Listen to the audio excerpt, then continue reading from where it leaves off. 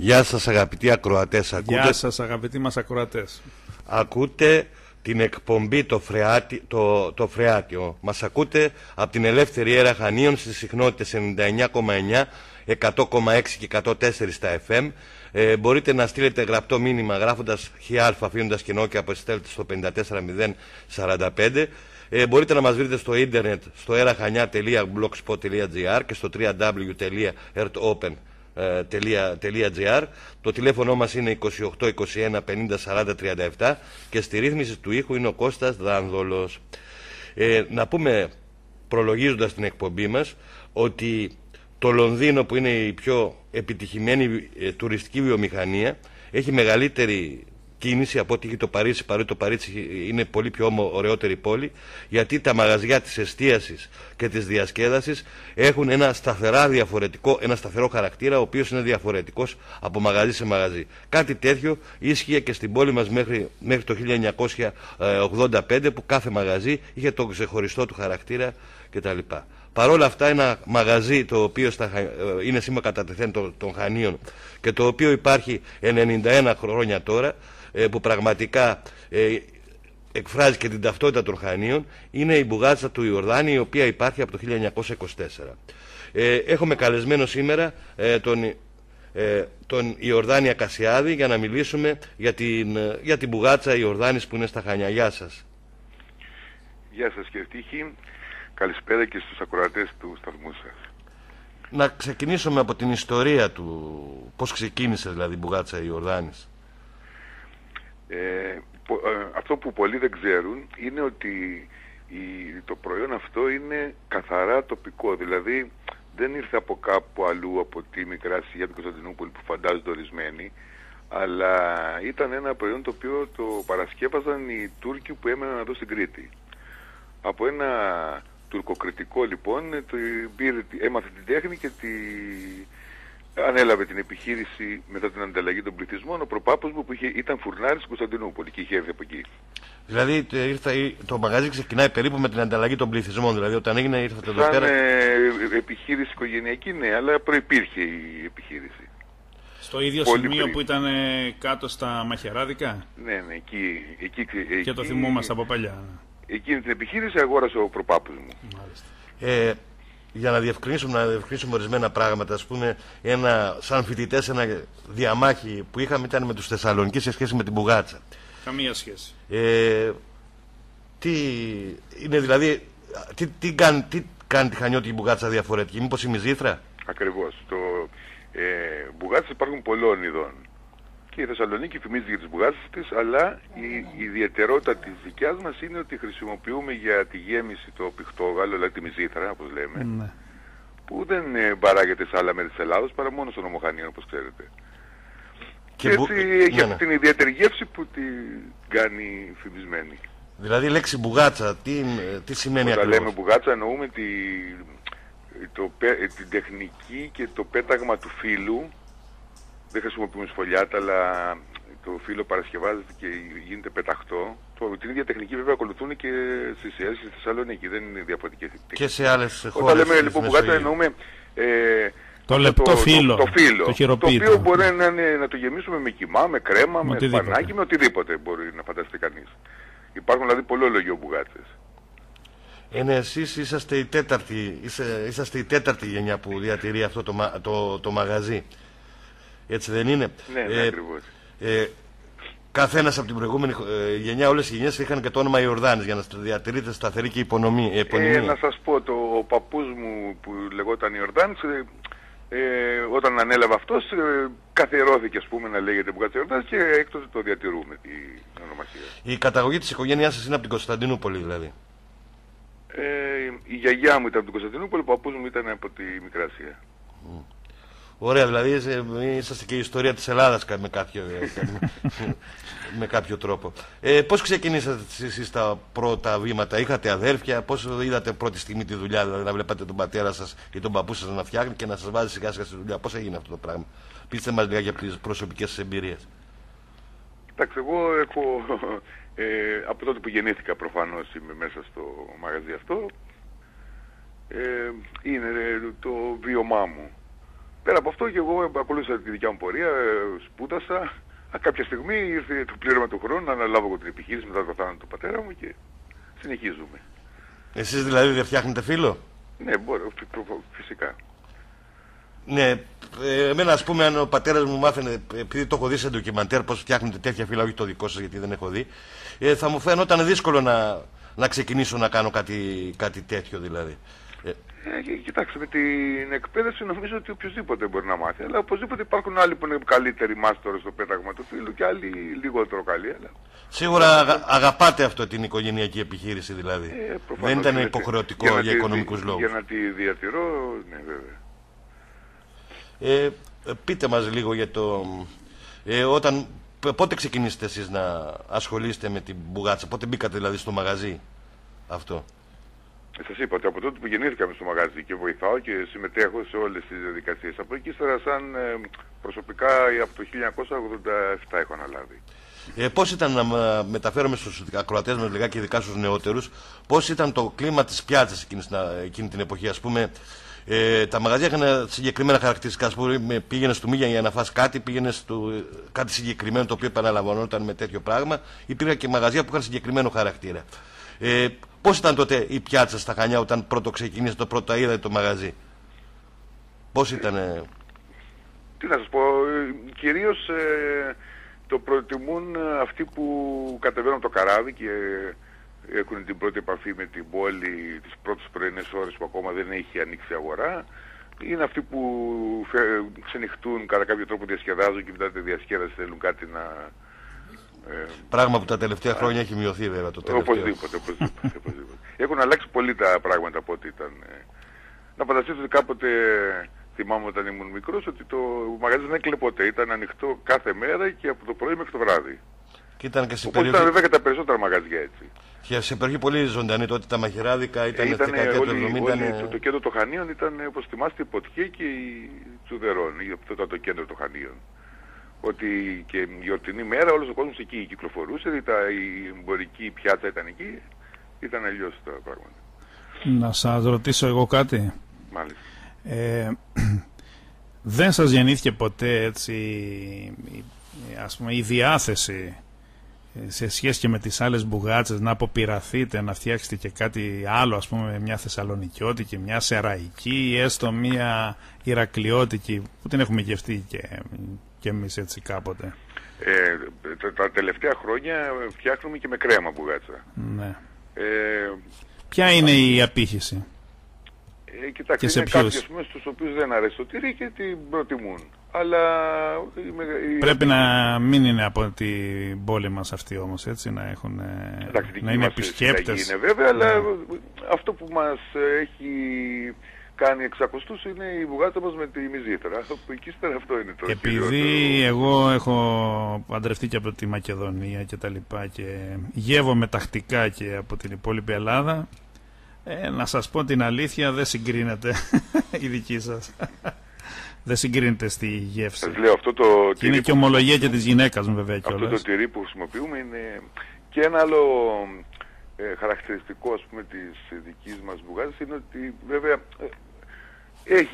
νομίζω ότι όλα έχουν τη σημασία τους. Είναι όλα οτιδήποτε πρώτη ύλη χρησιμοποιείται είναι από εδώ, από τον τόπο μας.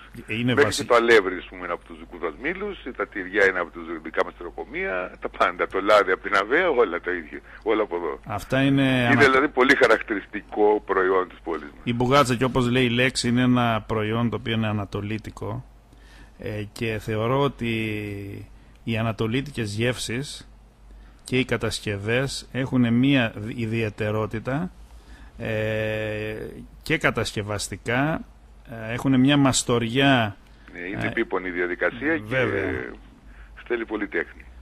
Ναι. Και μηχανές δεν χρησιμοποιείται από ό,τι έχω διαβάσει? Μηχανές, εντάξει, για να γίνει ζύμη υπάρχει κάποιο ζυμωτήριο να ζυμωτεί, αλλά όλα τα άλλα γίνονται με τα χέρια. Πριν προχωρήσουμε στη συνέχεια της συζήτησής μας, να ακούσουμε το επόμενο τραγούδι που λέγεται «Παλιά Χανιά» από το Στράτο Κυριμάκη.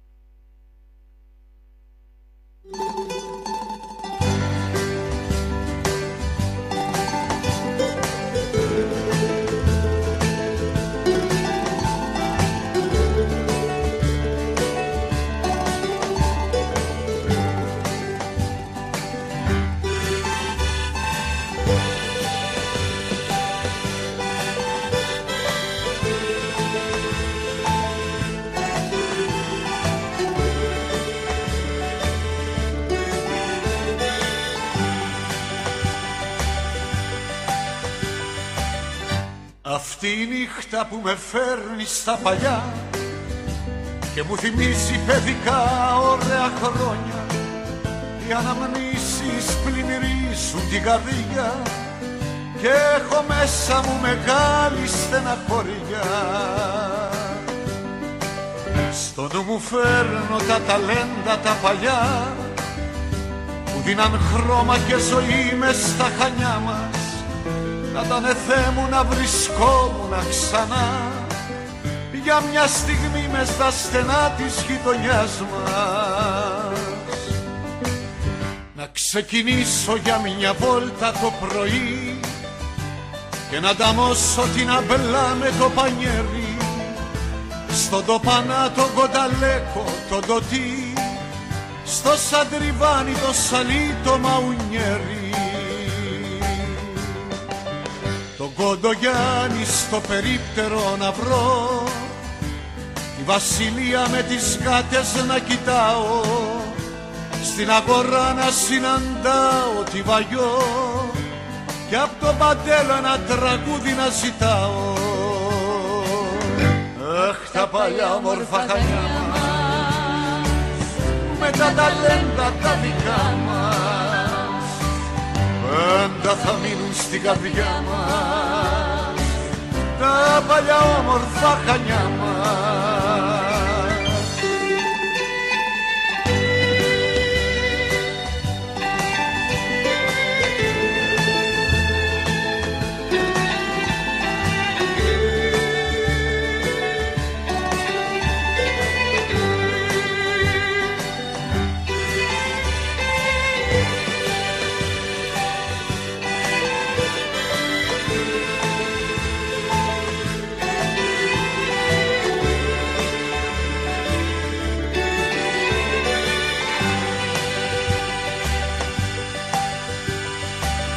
Να φάω σάμαλι, μπουγάτσα, παγωτό και καρουπία να απολαύσω παγωμένη, το Μπαραμπάκο και το Μάραθα να δω και τη Βασίλο το γαμπρό να περιμένει, τώρα πανάκια να πειράσω στα στενά του τραμπανού στο γήπεδο να παίζω σάρπα με την Ελένη με τα μουσια να γελώ και του Μιχάλη το αυταρά να κάνω πλάκα. Ένα τραγούδι ποτέ δεν είναι αρκετό για να χωρέσει παλιούς γράφικους χανιώτες, το Μουνταλέξη, το Μπαμπούκο, το Γιαννιό, μα κοιτάξει κι άλλους που υπήρχαν τότε. Αυτά λοιπόν συμβαίναν στα παλιά Χανιά, όσο ζούμε θα θυμόμαστε κοπέλια, στον Αϊγιάννη νέα χώρα Παχιανά, Σβλάντζια, Κολόμπο, δικαστήρια, Χαλέπα. Αχ, τα παλιά μορφά Χανιά μας με τα ταλέντα τα δικά μας πάντα θα μείνουν στην καρδιά μας, τα παλιά όμορφα Χανιά μας.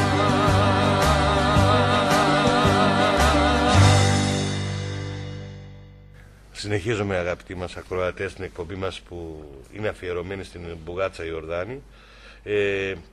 Μας ακούτε στα FM από την Ελεύθερη Αέρα Χανίων στους 99,6, στους 100,6, στους 104. Στο ίντερνετ μας βρίσκεστε στο erachania.blogspot.gr και στο www.ertopen.com. Από το κινητό μπορείτε να στείλετε γραπτό μήνυμα γράφοντας και άλφα κενό και αποστέλλετε στο 54045 και το τηλέφωνο επικοινωνία μας είναι 28 21 50 40 37 και στη ρύθμιση του ήχου είναι ο Κώστας Δάνδουλος.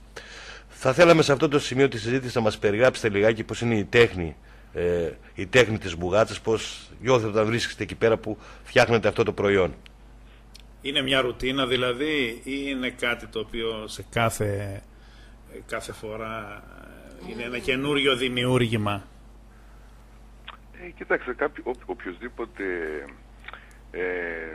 δημιουργεί κάτι, το κάθε πράγμα είναι ξεχωριστό, αλλά η διαδικασία συνήθως είναι η ίδια, δεν αλλάζει κάτι ιδιαίτερο. Ναι, αλλά με τις ζύμες, παραδείγματος χάρη, επειδή εγώ έχω δουλέψει σε φούρνο, η ζύμη είναι μια ιδιαίτερη... Δεν είναι κάτι ποτέ σίγουρο ότι τι θα βγει δηλαδή. Ναι, κοιτάξτε, με την εμπειρία και με τα χρόνια κάποια στιγμή οι αποκλήσεις είναι ελάχιστες. Συνήθως με το μάτι, ας πούμε, που λέμε, ή με ένα άγγιγμα του χεριού μπορεί να καταλάβεις πότε είναι... Δεν είναι δηλαδή τόσο όπως η κλασική ζαχαροπλαστική που θέλει να κρατάς μια ζυγαριά και να τα ελέγχεις όλα. Δηλαδή μπορείς να το κάνεις και με το ένστικτο. Ναι, οπωσδήποτε. Κάποιες δουλειές γίνονται με το μάτι. Να φτιαχτεί για τη ζύμη ή για το μείγμα που θα βάλουμε μέσα είναι θέμα εμπειρίας περισσότερο.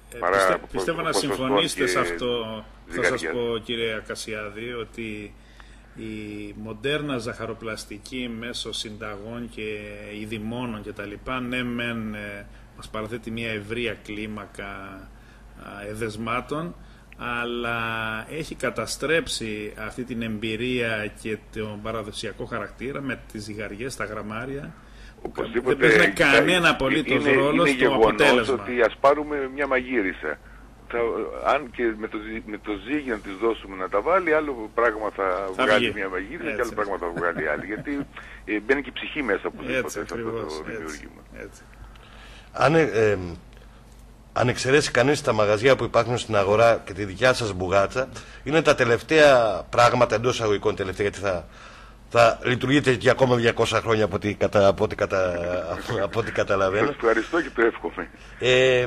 Πώς μείνατε πιστοί σε αυτόν τον αγώνα και δεν αλλάξετε? Δηλαδή είναι εξαιρέσεις, δεν είναι κανόνας. Έρχονται πάρα πολλοί και μας ζητάνε να συνεργαστούμε, να επεκταθούμε, έχουμε είναι στην οικογένειά μας αυτή η πίστη, ας πούμε, ότι θέλουμε να μείνουμε παραδοσιακοί εδώ στα Χανιά, να χαρακτηρίζει τα Χανιά το μαγαζί μας και να ευχαριστιόμαστε που και δεν θέλουμε να φύγουμε και από την πόλη μας. Και η προσέλκυση κάποιων, ας πούμε, τουριστών να έχει και αυτό το πλαίσιο μέσα και να γευθούν και την ιδιαίτερη μπουγάτσα που... Ναι, νομίζω ότι είναι ωραίο να πηγαίνεις σε μια πόλη και να βρεις κάτι διαφορετικό. Ιδιαίτερο, ναι, και όχι αλυσίδες. Αν το ίδιο πράγμα το βρίσκανε και στην Αθήνα και στη Θεσσαλονίκη και στα Γιάννηνα, δεν θα είχε την ίδια πύχη στα Χανιά. Σαφώς. Το χρώμα είναι σημαντικό στοιχείο της τουριστικής βιομηχανίας. Παραδείγματος χάρη, παρότι η γαλλική κουζίνα, όπως είναι γνωστό, είναι καλύτερη κουζίνα από την αγγλική, παρόλα αυτά έχουν μεγαλύτερες πράξεις τα αγγλικά εντός εισαγωγικών εστιατόρια, γιατί διατηρούν ξεχωριστό χαρακτήρα. Δηλαδή διαφέρει το ένα από το άλλο. Όπως διαφέραν τα μαγαζιά στα Χάνια, είχαν ιδιαίτερο χρώμα. Ας πούμε, οι Μούσες ήταν άλλο μαγαζί και άλλο η Παπαδιά, παρότι τους χώριζε ούτε μισό μέτρο, μερικούς πόντους. Αυτό είναι σημαντικό και νομίζω ότι ήταν. Και νομίζω πως η αγγλική δεν τρώγεται. Είναι άσχημο να. Αυτό που κάναμε δηλαδή, παραδείγματος χάρη όταν πάμε... Υπάρχει μια ομοιομορφία εννοείται στο... Ναι. Συμφωνώ απόλυτα ότι η κάθε επιχείρηση πρέπει να έχει κάτι ξεχωριστό που μπορεί να τραβήξει για τον πελάτη. Δηλαδή εδώ πέρα μια παρέα, ας πούμε, στα Χανιά, όταν λέει τώρα τα τελευταία 15 χρόνια να πάμε να φάμε, συνήθως αναρωτιούνται πολλή ώρα μέχρι να επιλέξουν το μαγαζί. Έτσι, λόγω της ομοιομορφίας. Ναι. Τα ίδια, Greek salad και τα λοιπά. Υπάρχουν πάλι βέβαια, έχουν παραμείνει κάποια παραδοσιακά μαγαζιά και εμείς τουλάχιστον οι γνώστες τα προτιμούμε. Ναι. Κύριε Ακασιάδη, έχετε να μας διηγηθείτε κάποια ιστορία έτσι που ίσως έχετε ακούσει από τον παππού σας, από τον πατέρα σας? Ή ο ίδιος γνωρίζει. Ναι, έτσι σε σχέση και με... Δηλαδή, τόσα χρόνια, ένας αιώνας κοντά σε αυτή την επιχείρηση, πρέπει να έχουν μεσολαβήσει κάποια γεγονότα τα οποία μπορεί να είναι και χαρακτηριστικά και της πόλης μας. Κοίταξε, από το...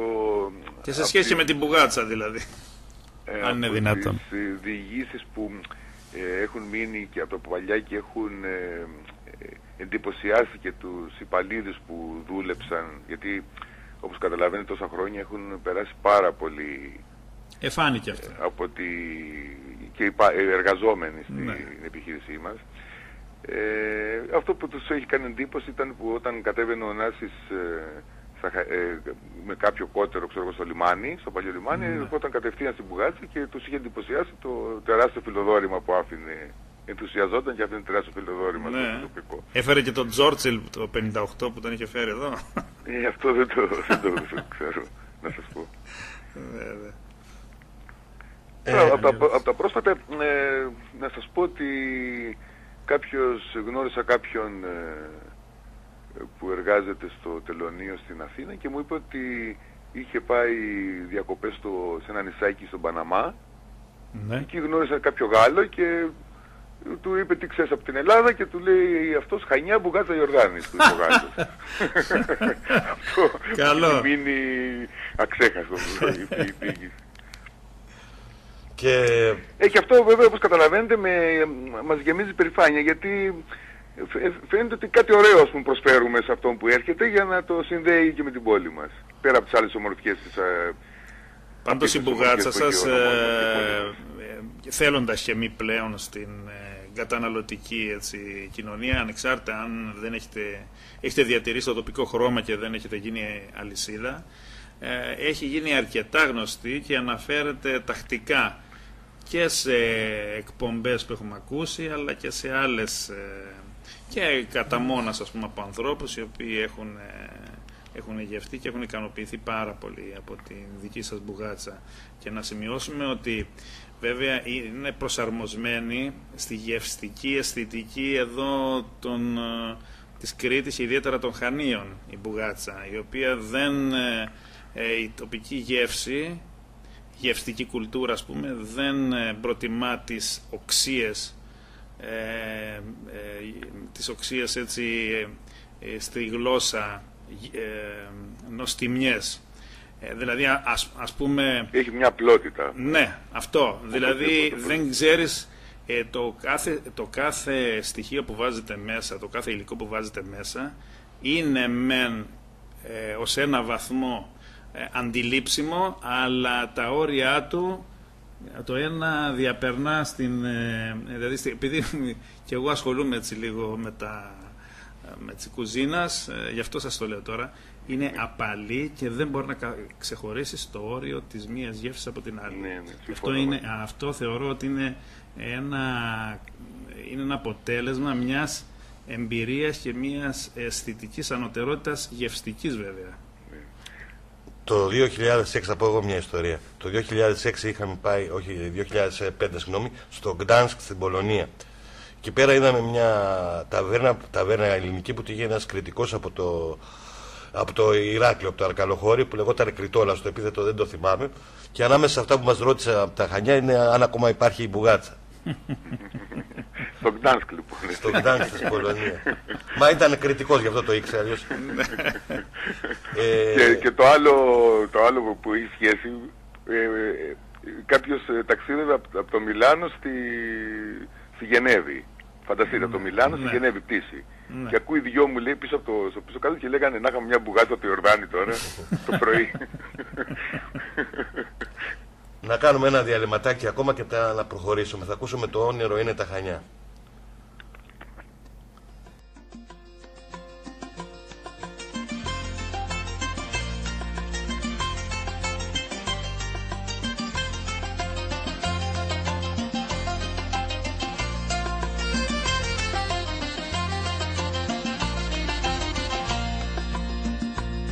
Τραγουδώ στη σιγαλιά, πλάι στο φανάρι και θυμάμαι τα παλιά. Βγήκε το φεγγάρι και θυμάμαι τα παλιά.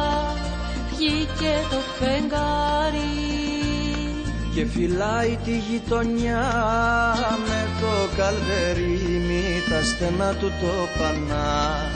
Γέμισαν ασήμι τα στενά του το πανά. Γέμισαν ασήμι, ζωντανεύουνε ξανά οι καημοί κι οι θρύλοι. Όνειρο είναι τα Χανιά, νύχτες του Απρίλη. Όνειρο είναι τα Χανιά, νύχτες του Απρίλη.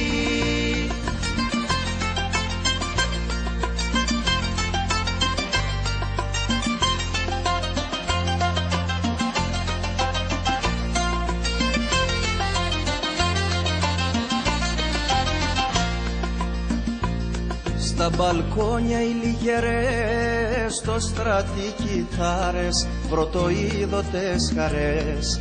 Στέναγμοι λαχτάρες, πρωτοείδωτες χαρές. Στέναγμοι λαχτάρες.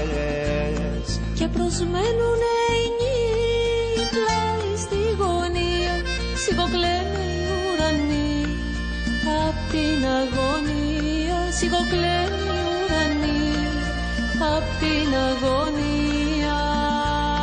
Ζωντανεύουνε ξανά οι καημοί κι οι θρύλοι. Όνειρο είναι τα Χανιά, νύχτες του Απρίλη. Όνειρο είναι τα Χανιά, νύχτες του Απρίλη. Ζωντανεύουνε ξανά οι καημοί κι οι θρύλοι. Όνειρο είναι τα Χανιά, νύχτες του Απρίλη. Όνειρο είναι τα Χανιά, νύχτες του Απρίλη.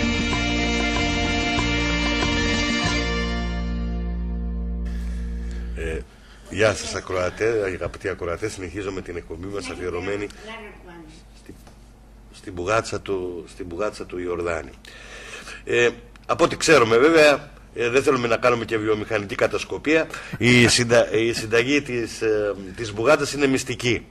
Πώς διατηρείται ένα τέτοιο μυστικό τόσα πολλά χρόνια? Γιατί συνήθως τα μυστικά δεν παραμένουν γνωστά. Και πριν την αναλάβει ο προπάπους δηλαδή, που τη μεταβίβασε στον παππού σας.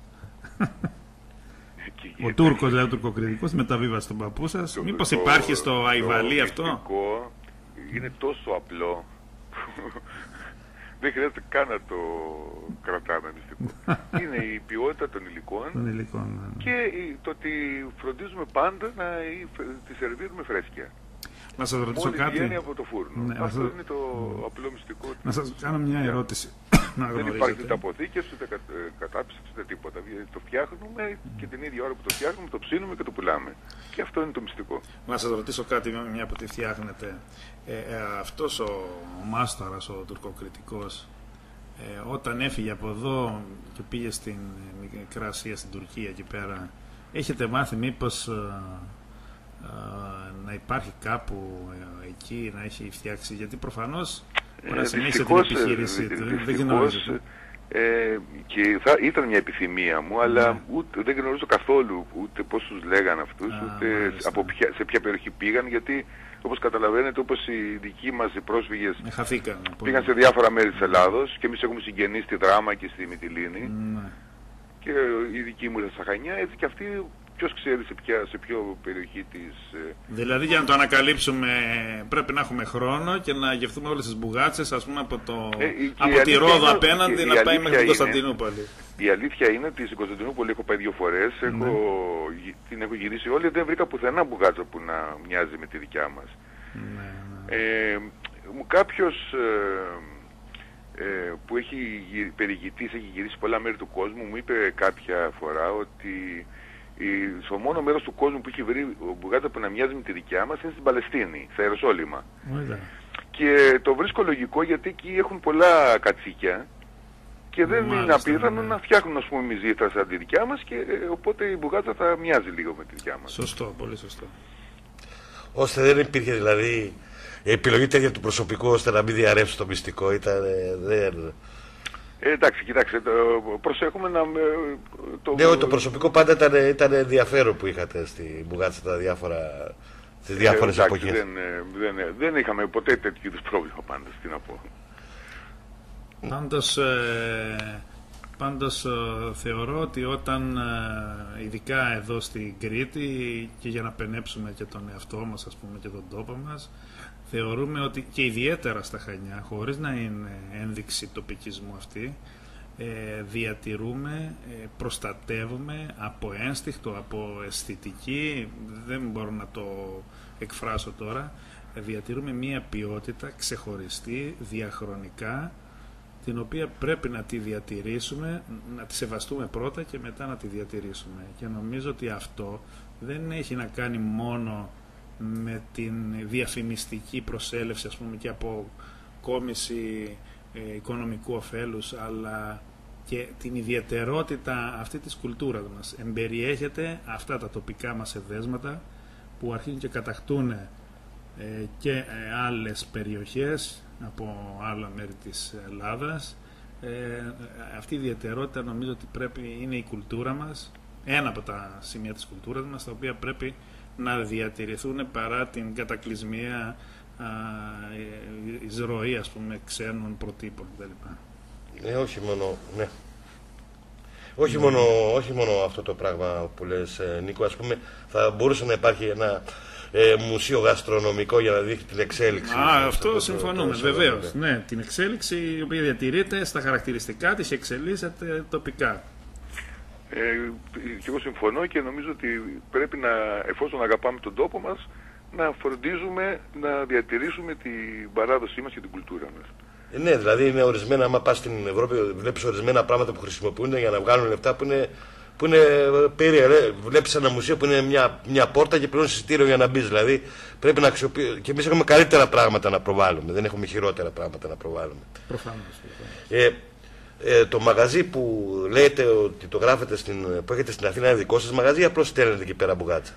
Όχι, τώρα στο μοναδικό μέρος αυτή τη στιγμή δεν συνεργαζόμαστε με κανένα, μόνο στο δικό μας μαγαζί τα βρήκαν στην μπουγάτσα μας, πουθενά άλλο. Αυτό για το μαγαζί στην Αθήνα, τι ήταν παλιότερα, ίσχυε αυτό το πράγμα? Ναι, παλιότερα είχαμε μια συνεργασία με ένα μαγαζί, αλλά εκεί ξέρετε δεν ήταν μπουγατζίδικο, ήταν κριτική κουζίνα στο μαγαζί και με είχε πιέσει για να του στέλνω κάποια ποσότητα για να το προσφέρει, ας πούμε, σαν σε επιδόρπιο. Επιδόρπιο και γιατί το θεωρούσε χαρακτηριστικό το Χανίων για να το...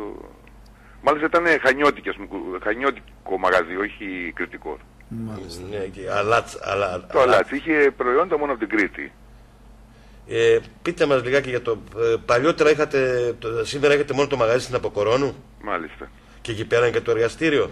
Λόγω της κρίσης προσπαθήσαμε να μαζευτούμε λιγάκι, να κάνουμε λίγη εξοικονόμηση και βλέπουμε. Και πώς βλέπετε την εξέλιξη της επιχείρησής σας, δηλαδή? Δεν κατάλαβα. Πώς βλέπετε την εξέλιξη της επιχείρησής σας, δηλαδή έχει υποστεί συνέπειες από την οικονομική κρίση? Οπωσδήποτε. Εγώ δεν νομίζω ότι σας βάζει σε δεύτερες σκέψεις που να μην έχει υποστεί τις συνέπειες της κρίσης πολλαπλώς, από πολλές πλευρές. Αλλά πάντως θα διατηρηθεί το μαγαζί. Προσπαθήσαμε, διατηρήσαμε το προσωπικό μας, δεν το μειώσαμε, κάναμε εξοικονόμηση από άλλες πλευρές. Έστω και αν δεν ερχόμαστε συχνά, πάντως είναι στο πίσω στο μυαλό μας. Θα χαρώ να σας δω, να τα πούμε και από κοντά. Η κίνηση πώς είναι τώρα? Τώρα όπως ξέρετε είναι νηστεία, επομένως... Ναι. Όχι για τώρα, γενικότερα η εξέλιξη δηλαδή της κίνησης τα τελευταία 5 χρόνια, ας πούμε. Τα τελευταία 5 χρόνια είναι καθοδική.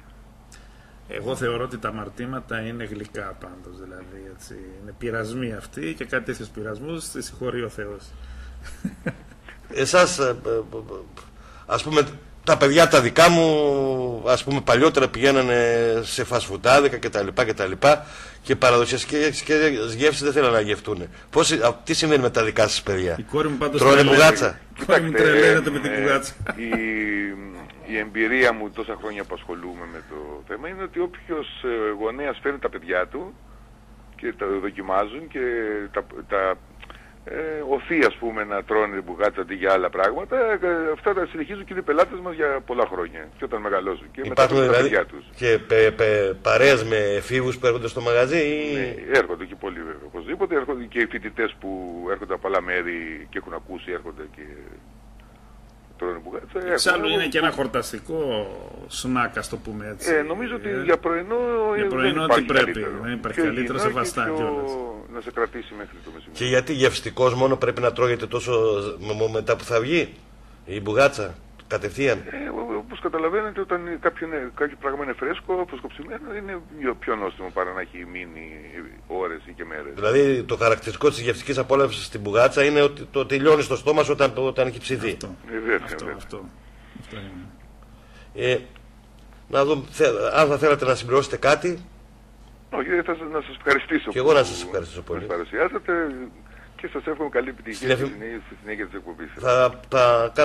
Θα παρουσιάσουμε την συνέντευξη αυτή και στην εφημερίδα μας. Δεν πιστεύω να έχετε πρόβλημα που σας φέραμε σήμερα το πρωί. Όχι κανένα, και να μας φέρετε να τη δούμε και θα σας περιμένουμε. Ναι, ευχαριστούμε πάρα πολύ. Ευχαριστούμε πάρα πολύ, κυρία Κασιάδη, και ό,τι καλύτερο. Ευχαριστώ πολύ. Θα τελειώσουμε και θα αποχαιρετήσουμε τους ακροατές μας με το τραγούδι «Ανδώρα Κορσική Χανιά» του Νίκου Παπάζογλου.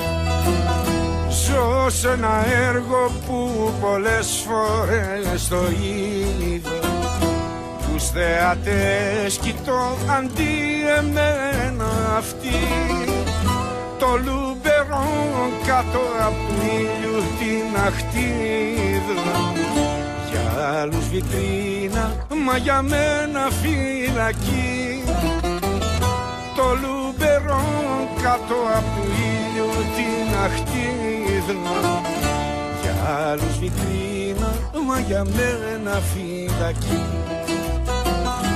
Βλέπω διαβάτες βιαστικούς κουκουλωμένους, σφίγγει ο Μιστράλ σαν κρύα αγκαλιά.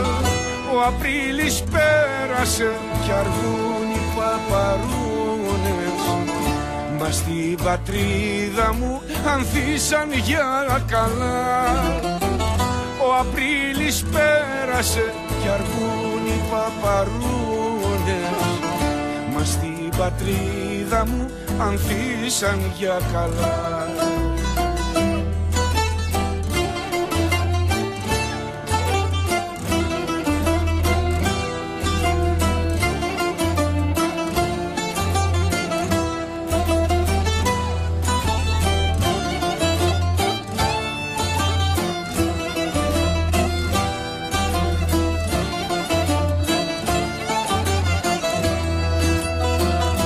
Εσύ σκυμμένος σε βιβλία και σε χάρτες, γυρτά τα δάχτυλα ανιχνεύουν διαδρομές, και με τα μάτια καρφωμένα στην οθόνη, στον υπολογιστή σχεδιάζεις εκδρομές, και με τα μάτια καρφωμένα στην οθόνη, στον υπολογιστή σχεδιάζεις εκδρομές.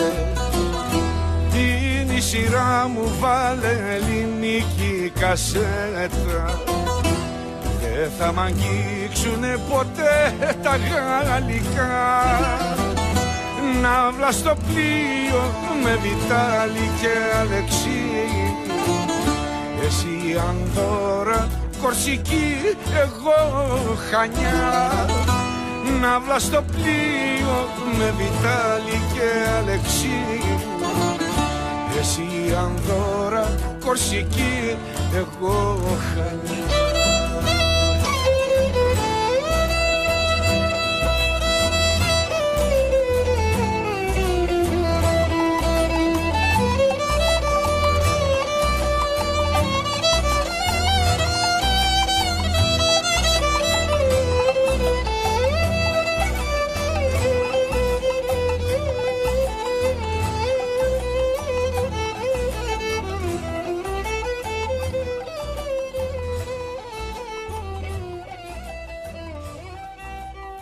Εντάξει, δεν πειράζει.